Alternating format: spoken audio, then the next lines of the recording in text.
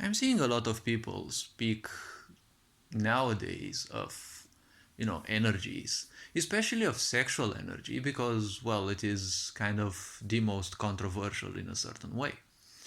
See, especially from a religious standpoint, you'll probably hear a lot of people telling you that the devil will always attack you, in a sexual way, and they always want your sexual energy and the such. See, the devil doesn't want your sexual energy, okay? Now, some people might ask me, how do I know? Well, I can ask back, how do they know? Right? Most likely they read it in a book or they heard that from some kind of, spokesperson, whatever you call them, and they don't have any idea why is that, right? See, if you are not capable of distinguishing between energies, don't force yourself into things you don't understand. Because, see, energy is something, okay? Everything is energy. Science has also reached this conclusion that everything in this universe is energy. A star is energy, we are energy, but if you're not able to distinguish through the energy types, don't bother with those because if you look at a stone, what do you see? Well, mainly you see a texture, right? It does have a texture. And, well, obviously, if you look at a stone in a video game and you look at a stone in reality, well, technically they kind of look the same if you ask me, right? They both have a certain, let's say, physiognomy, right? They have a certain structure. But how many energies comprise, you know, that stone? How many energies are there?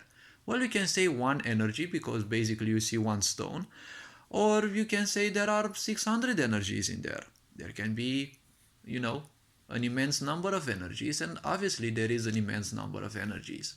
Technically, each atom has its own energy, and well, there are multiple energies inside because it has electrons, kaons, pions, and well, whatever other things, neutrons, protons.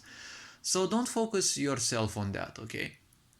Now, I gave example of very small things, right? A stone is not a big object and it is not a very complex object at the same time, right?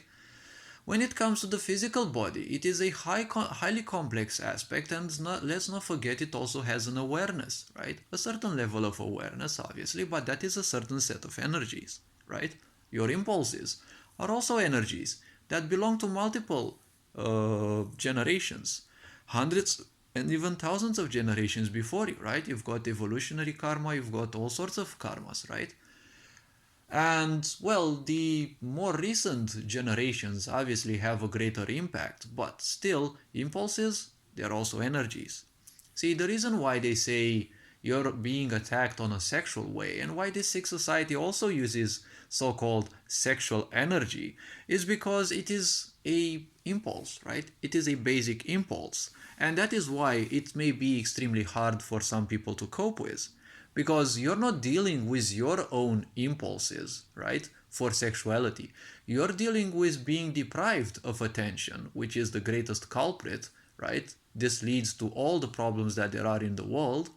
And at the same time, the point is, well, you're also dealing with your ancestors' same problems, right? Because they also felt alone and they also felt their sexual urges not met, right? At the same time, Christianity and religions in general do the worst thing, which is telling people not to think about something, right? Or to be, to forbid those things. When you forbid something, you indirectly guide people towards that, right? It's what some may call indirect psychology, right? Or reverse psychology, actually, but I prefer calling it indirect psychology. It doesn't matter, the terms are personal, anyways. So the very simple point is, don't bother with energies and the such.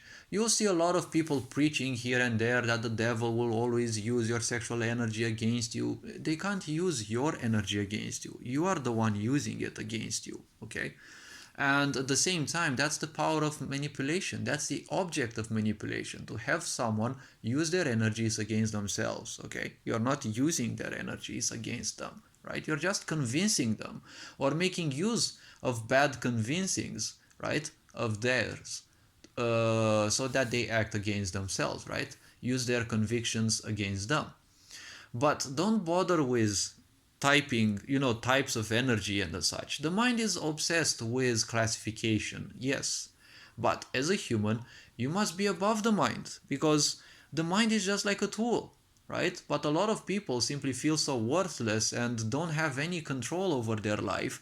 And, they just become the slaves of the tools they were supposed to use, right? Because you're supposed to make use of your mind, not your mind be allowed to make use of you, right?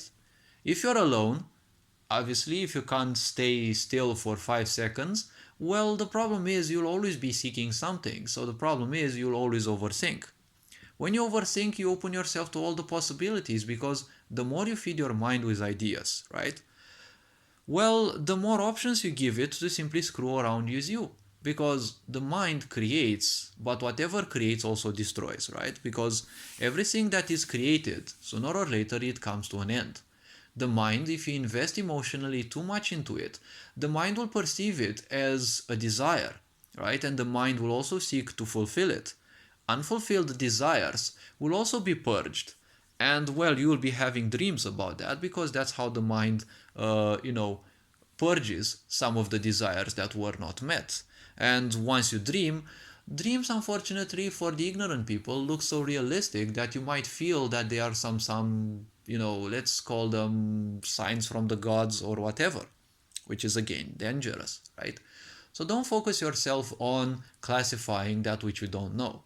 If you haven't felt energy, if you haven't observed it, how it functions, right, and what the types of energy are, don't simply bother with it because you'll end up inventing all sorts of things, or you open yourself up to all sorts of bozos who lie about that, right? Because anyone can come and say everything about spirituality because there are only a few gurus who can simply shut them down, right? There are only a few gurus who can tell them, no, it is not that, and provide some sort of, let's say, logical ideas, right? Some logical clarity, because spirituality is something that everyone can talk about it, right? But spirituality is something that only on the inside can be felt. It is the exact opposite of religion because religion is full externalization. God is outside of you, you see it outside. When you go to the church, everything is, your attention is outside. You don't go to a church so that you meditate and you look inside. You go to a church so that you listen to a preacher. You do whatever everyone says, right? So it's a completely different thing. With spirituality, you just look inside and you use the energies that you have for something else than, mundane misery and whatever else goes in your life, right? You seek creating a certain balance within you through spirituality, and that is what it is. And once you become more aware of the energies that you have and the types of energies that there are, the thousands of types that may be, right? Well, that's when you actually can classify something as sexual energy or this or that. But in spirituality, you will see there is no need to classify those energies. They are just energies, and well, ultimately, they are just life energy, right? One single energy. You don't need to classify it as this or that.